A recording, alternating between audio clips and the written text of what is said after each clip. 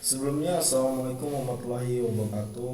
Di sini kami akan membahas mengenai diferensial parsial. Sebelumnya kami dari kelompok 2 dengan Bogonta 5 orang, yang pertama Yusdi Mahendra, yang kedua Solbah, yang ketiga Fredianto, yang keempat Abi Sabrian, yang kelima Almira Absana Ramadhani. Langsung saja kita masuk ke pembahasan. Baiklah, di sini saya akan menjelaskan pengertian diferensial parsial. Diferensial ini berfungsi untuk memperoleh titik maksimum dan minimum pada sebuah lengkung. Selain itu juga bisa memperoleh bentuk deret suatu fungsi. Jadi kita dapat memanfaatkan persamaan diferensial. Jika kita dapat mengetahui fungsi dan semua perubahan atau variabel, jadi diferensial parsial diartikan sebagai suatu hubungan yang mengaitkan suatu fungsi yang tidak diketahui, yang merupakan perubahan x dan y, ditulis z sama dengan f buka kurung x kali y tutup kurung.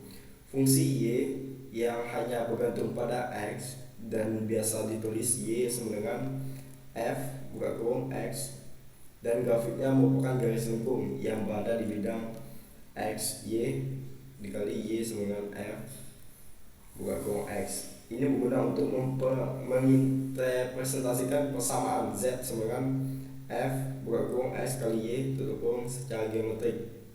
Jika x, y, z di ruang 3 dimensi tersebut, semua titik yang memenuhi persamaan z membentuk permukaan dalam ruang 3 dimensi.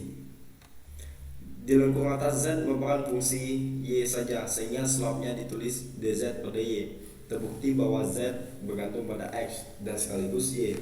Jika slope dz per dy nya diambil pada x tetap, slope akan ditulis dalam notasi dz per dy, akan disebut diferensial turunan. Parsial z terhadap y serupa dengan pernyataan sebelumnya, y tetap akan memiliki slope dz per dx yang merupakan turunan parsial z terhadap x. Jika turunan parsial itu didiferensialkan lagi, bentuk diferensial berikut akan diperoleh sebagai berikut: do per do x, do z per do x sama dengan do pangkat 2 z sama dengan do x pangkat 2 titik koma do per do x, do z per do y sama dengan do pangkat 2 z per do x do y titik koma do per do x, do pangkat 2 z per do x do y sama dengan do kubik per z sama dengan per do x pangkat 2 do y. Buku lain mungkin menggunakan notasi diferensial parsial dalam bentuk lain. Misalnya, jika z sama dengan f buka kurung x, y tutup kurung, do f per do x ditulis dengan notasi zx, fx atau fi. Bisa kita lihat contoh berikut ini. Z sama dengan f x, y sama dengan x kubik y dikurang eksponensial pangkat xy, maka diferensial parsial z buka kurung sama dengan f buka kurung s, y tutup kurung terhadap perubahan x dan juga y adalah seperti penjelasannya seperti ini: do f per do x sama dengan do z per do x sama dengan fx sama dengan zx sama dengan f 1 sama dengan 3 x pangkat 2 y dikurang y eksponensial pangkat x y. Kemudian diturunkan do f per do y sama dengan do z per do y sama dengan f v sama dengan zv sama dengan v2 dikurang x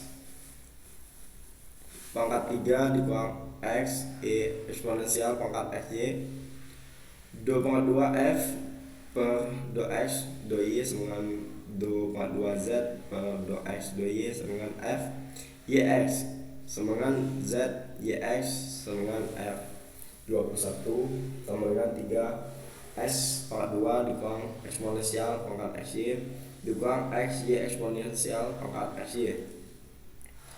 2,2 F per 2X pangkat 2 sama dengan 2,2 Z per 2X pangkat 2 sama dengan Fx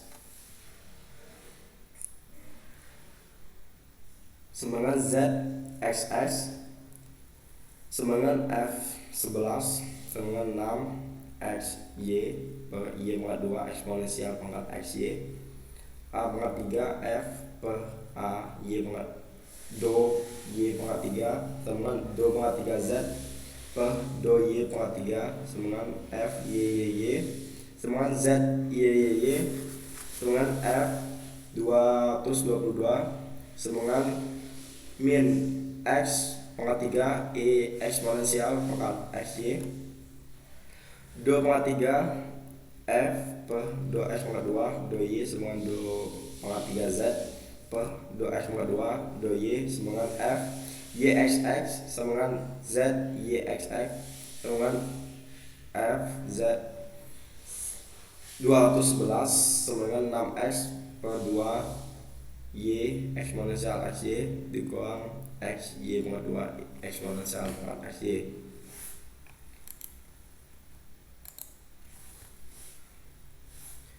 Kemudian kita lanjutkan ke deret peubah ganda. Nah, deret peubah ganda ini sama halnya seperti deret sebuah fungsi yang mana melibatkan satu peubah saja dan juga berada di sekitar sebuah titik fungsi dengan dua peubah. Juga dapat dideratkan dengan metode Taylor atau Maclaurin. Bagaimanakah cara menderatkan fungsi peubah ganda? Contohnya 4.2.1, 4.2.2, dan 4.2.3. Soalnya deratkanlah F fungsi X, Y sama dengan sin X cos Y ke dalam deret Maclaurin. Penyelesaiannya dia di atas melibatkan dua peubah yaitu X dan Y serta merupakan hasil perkalian antara hasil penderatan sin X dan cos Y sehingga didapatkan sin X cos Y sama dengan buka kurung X per X kubik per 3 faktor plus buka kurung 1 per Y pangkat 2 per 2 faktor sama dengan X per X pangkat 3 per 3 faktor per X Y pangkat 2 per 2 faktor tambah Y 4 Y pangkat 4 per 4 faktor. Kita lanjutkan ke hitunglah pendekatan dengan diferensial.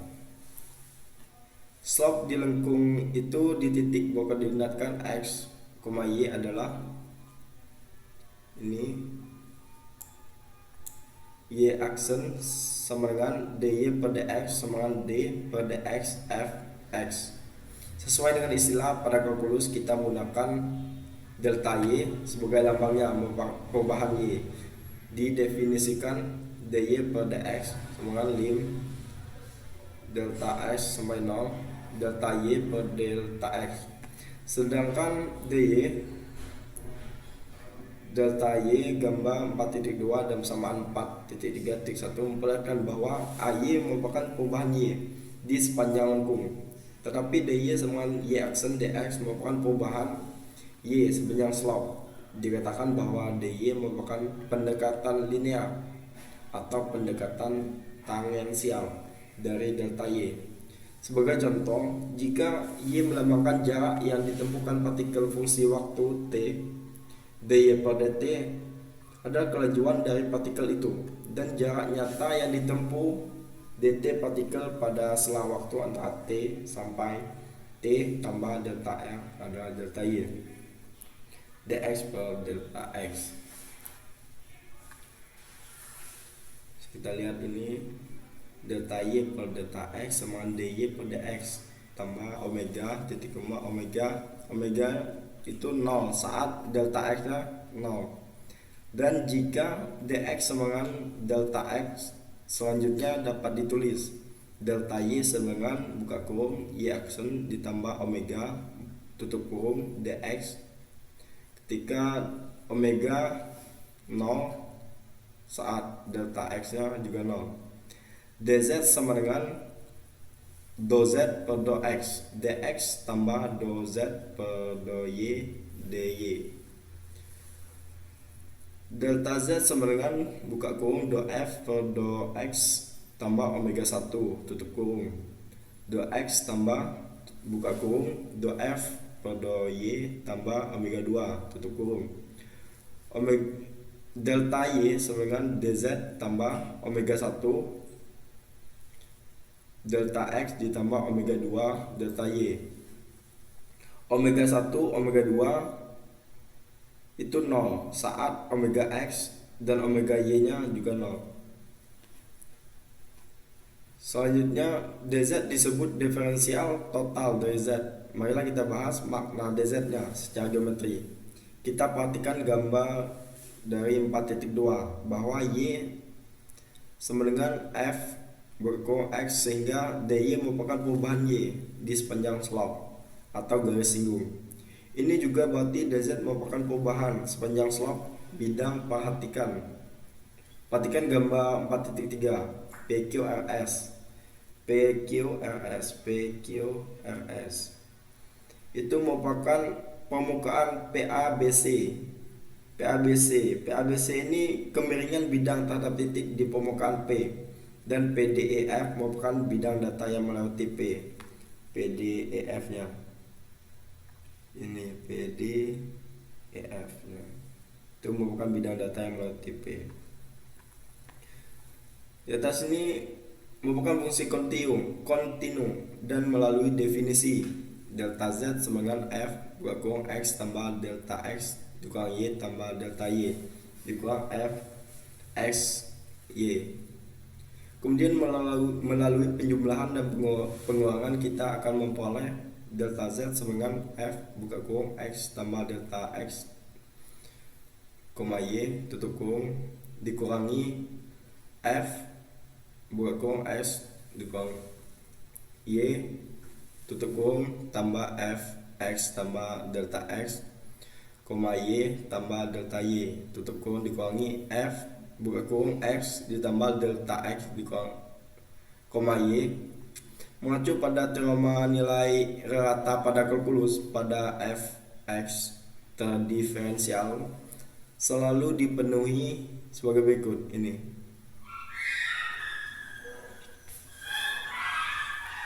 Contoh soal dari persamaan 4.3.1. Diketahui N sama dengan 10 pangkat 15. Tentukanlah nilai pendekatan dari 1 per buka kurung N tambah 1 tutup kurung pangkat 2 dikurangi 1 per N pangkat 2. Jawabannya jika Fx nya sama dengan 1 per X pangkat 2, jadi perubahan F yaitu delta F sama dengan F buka kurung 10 pangkat 15 tambah 1 dikurang F buka kurung 10 pangkat 15. Ini nilai ini rumusnya ini kita ambil dari sini. Langsung kita masukkan nilai 10 pangkat 15 ya. Kita ganti F X nya saja. Kemudian tetapi delta F df sama dengan D 1 per X pangkat 2, di mana X sama dengan N juga sama dengan 10 pangkat 15, dan dx sama dengan dn sama dengan 1. Berikutnya ini D buka kurung 1 per X pangkat 2 sama dengan min 2 per X pangkat 3 dx sama dengan min 2 per 10 pangkat 45 kali 1 sama dengan min 2 dikali 10 pangkat min 45. Artinya 1 per buka kurung N tambah 1 tutup kurung pangkat 2 dikurang 1 per N pangkat 2 itu min 2 per dn per N pangkat 3 sama dengan min 2 dikurang N pangkat 3 sama dengan min 2 dikali 10 min pangkat 4 min 45 ketika N nya sama dengan 10 pangkat 15. Sebelumnya perkenalkan, nama saya Yusdi Mahendra. Saya akan melanjutkan penjelasan dari teman saya yaitu Sobar. Selanjutnya kita akan membahas tentang diferensial fungsi terhadap fungsi. Diferensial atau turunan dari fungsi terhadap perubahannya dapat dihitung dengan metode diferensial bersusun. Misalnya dy per dx sama dengan dy per du dikali du per dv dikali dv per dx. Berikut ini adalah beberapa contoh diferensial fungsi terhadap chain rule atau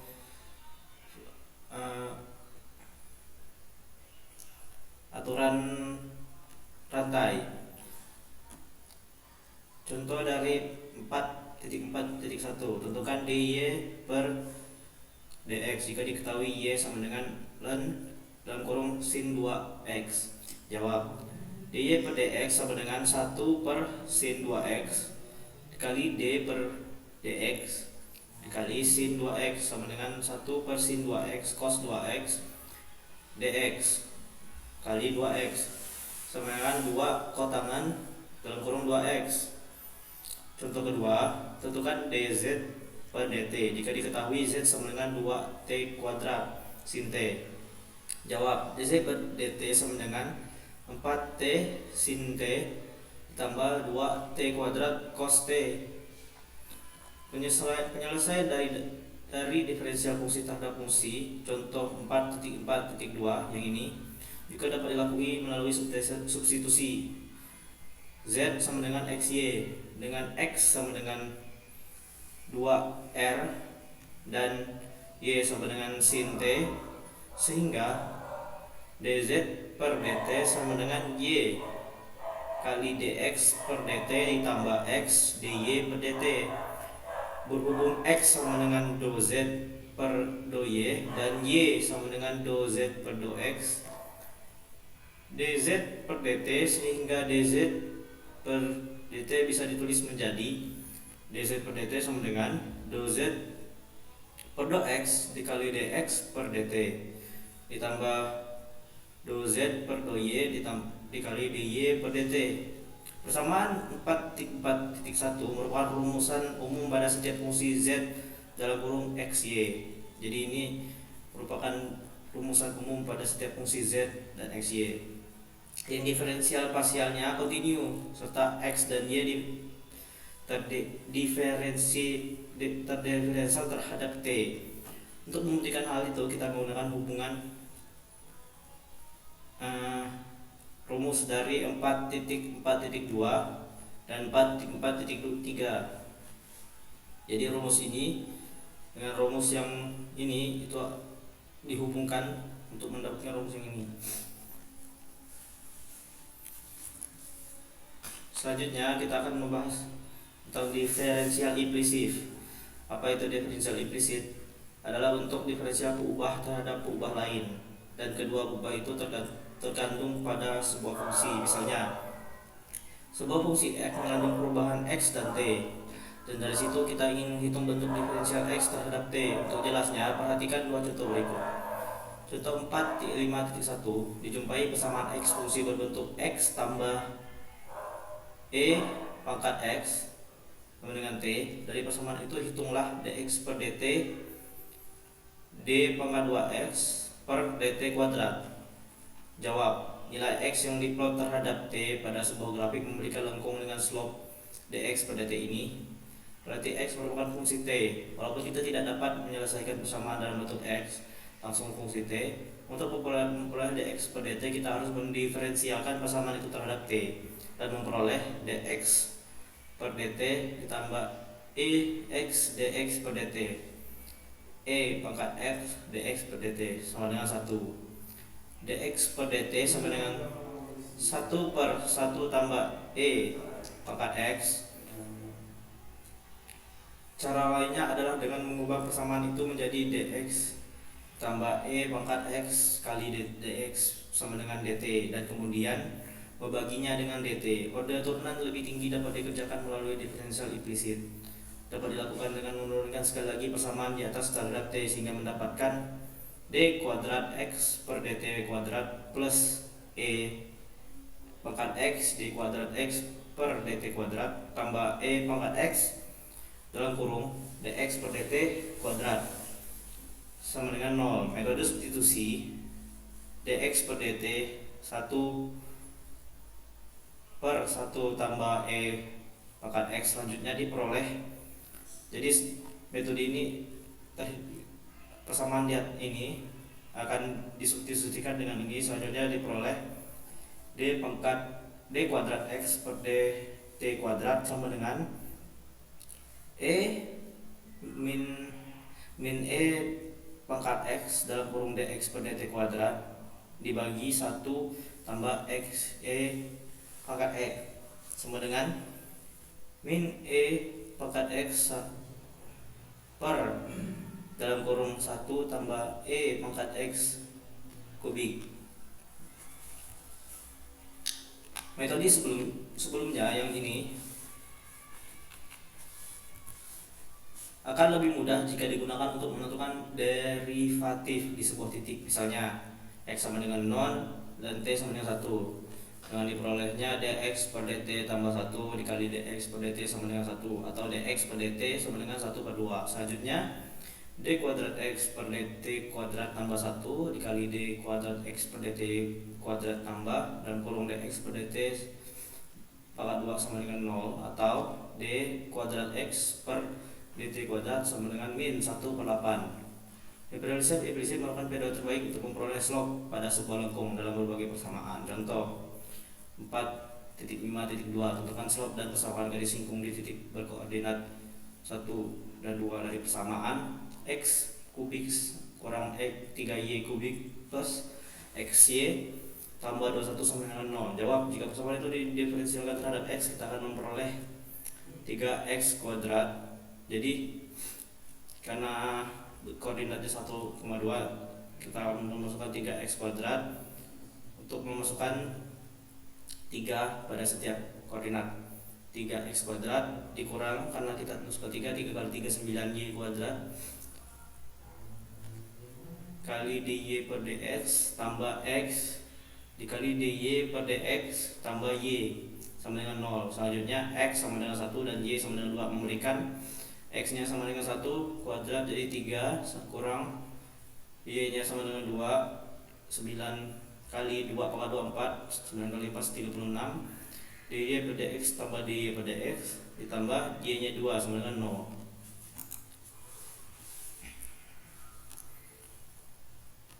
Atau slope akhirnya dy per dx sama dengan 5 per 35 sama dengan 1 per 7. Kita memperoleh persamaan garis singgung di koordinat 1,2. Dari koordinat 1,2, y kurang 2 per x kurang 1 sama dengan 1 per 7, atau x sama dengan 7y tambah 13 sama dengan 0. Baiklah, cukup untuk diferensial implisit. Kita selanjutnya akan membahas tentang kaidah rantai.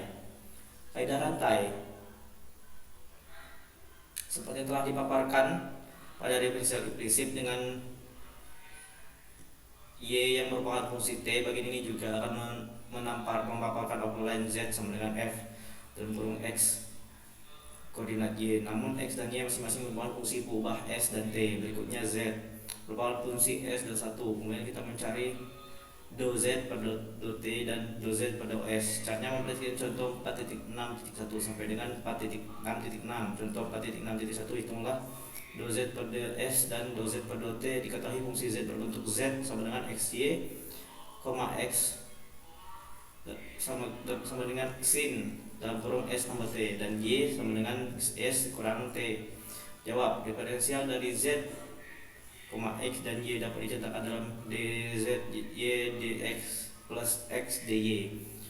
Dx sama dengan cos s plus 1, ds per tambah dt, dy sama dengan ds kurang dt. Melalui substitusi dx dan dy ke dalam z, kita memperoleh dz sama dengan y cos dalam kurung s tambah t dalam kurung ds plus dt tambah x dalam kurung ds per dikurang dt dikurang kurung kurawal y cos dalam kurung x dalam kurung s tambah t tambah x tutup kurung ds plus kurung kurawal y cos dalam kurung s tambah t dikurang x dt. Sekarang jika s tetap ds sama dengan 0 sehingga z hanya sekarang jika s nya tetap ds sama dengan 0 sehingga z hanya merupakan fungsi t saja, dan kita dapat memiliki persamaan 4.6.1 dengan dt sehingga memperoleh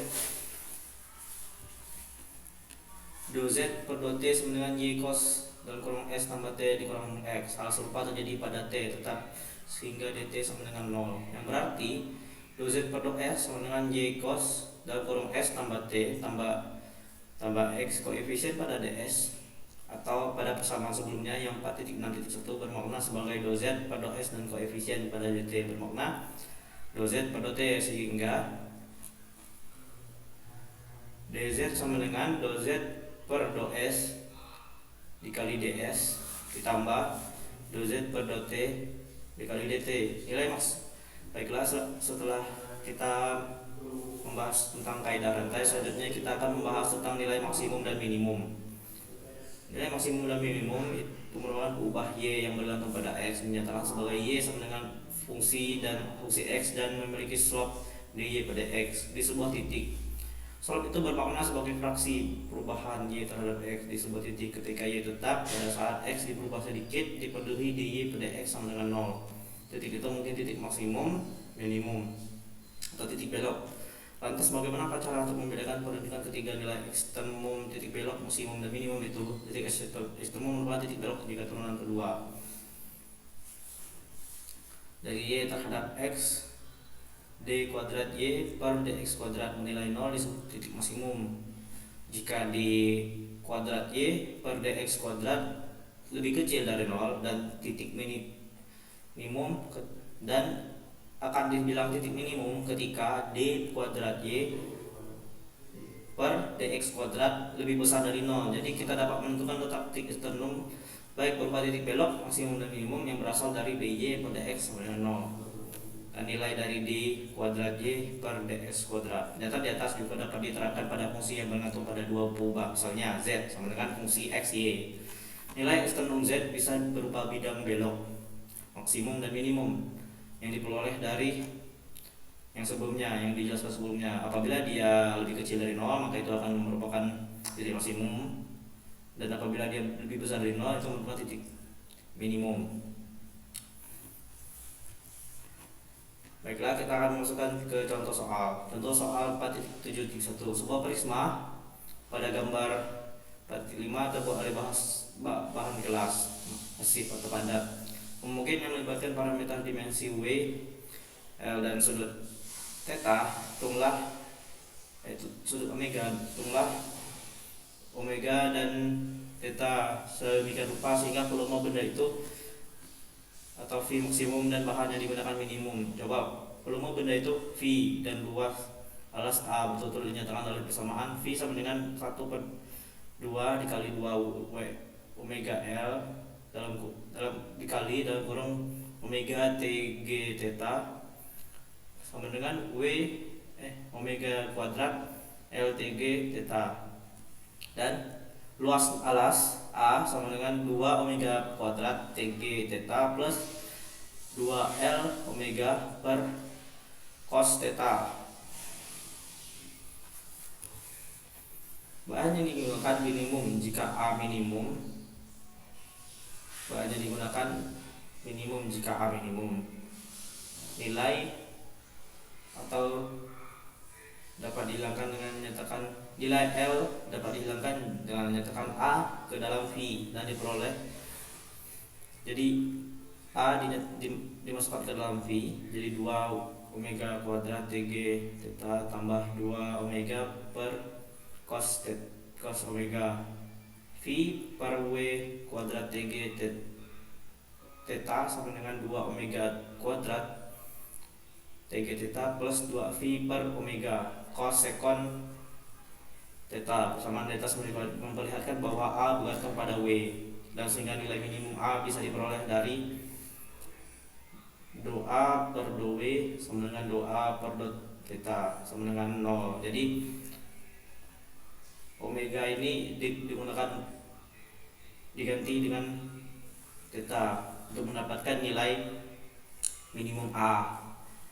Do A per do W sama dengan 4 omega TG theta dikurang 2 V cos sekon theta per omega kuadrat sama dengan 0, dan do A per do theta sama dengan 2 omega kuadrat sekon kuadrat theta dikurang 2 V per omega kosekon theta kotangan theta sama dengan 0. Dari kedua persamaan itu dapat diperoleh persamaan baru.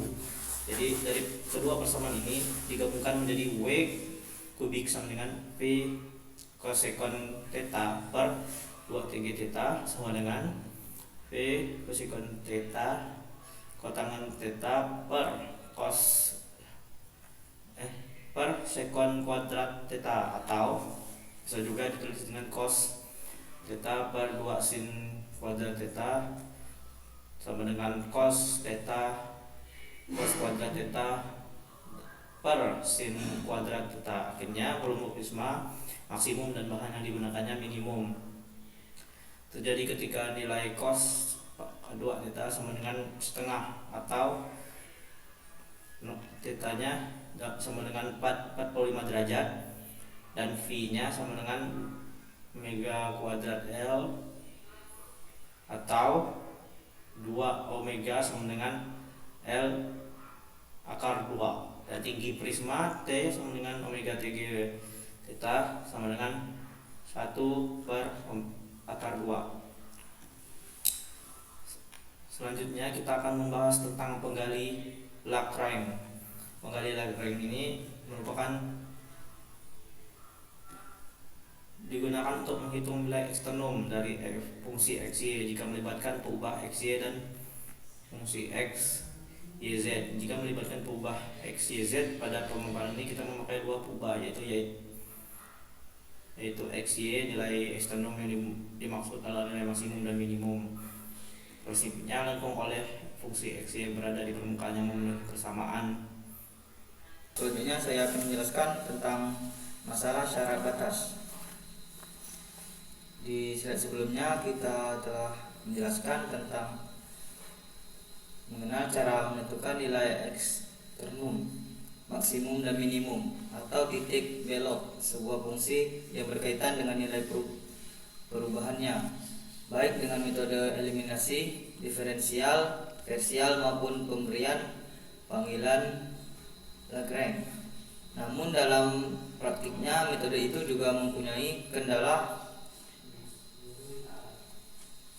pada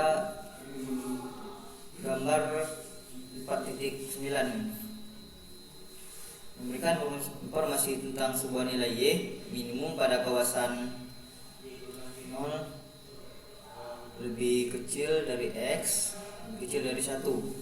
Posisi dan nilai Y minimum bisa ditentukan secara kalkulus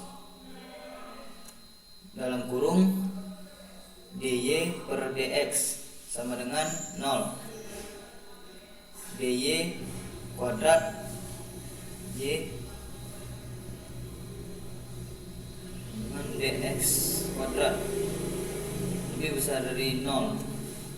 Namun y maksimum tidak bisa ditentukan secara kalkulus. Pada gambar 4.9b memperlihatkan bahwa pada kawasan 0 lebih kecil dari X lebih kecil dari 1, nilai Y maksimum pada X sama dengan 0 dan maksimum pada X sama dengan 1. Kedua nilai Y itu maksimum dan minimum. Baiklah, di sini saya akan menjelaskan apa yang sudah dijelaskan sama rekan saya yaitu Redianto. Nah, di sini langsung dijawab.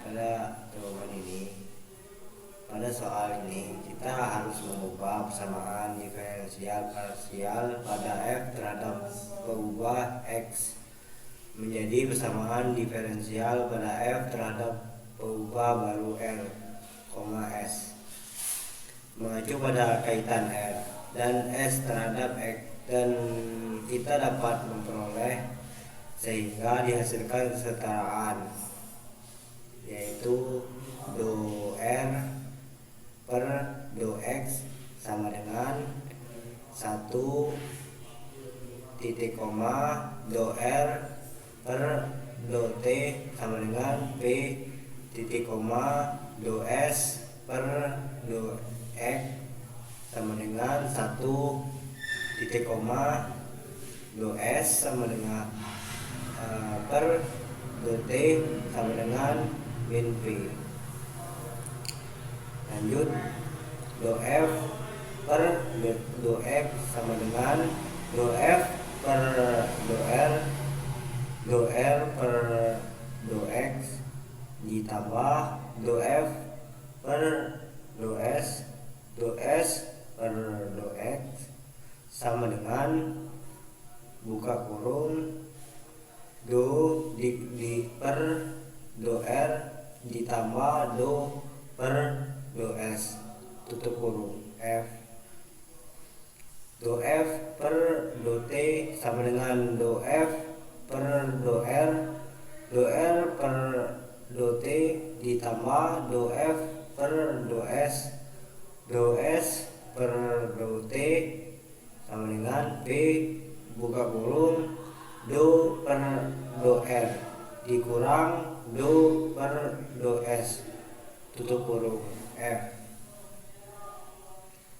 Dari kedua persamaan itu kita mendapatkan dua buah operator diferensial parsial, yaitu do per do X sama dengan do per do R ditambah do per do S.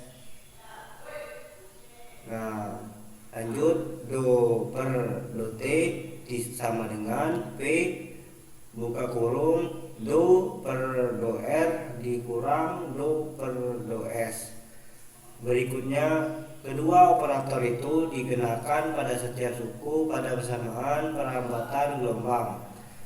Nah, lanjut, do kuadrat F di per do X kuadrat sama dengan do per do X buka kurung do F per do X tutup kurung sama dengan do kuadrat F per do R kuadrat ditambah 2 do kuadrat F per do R do S ditambah do kuadrat F per do S 2 atau do S kuadrat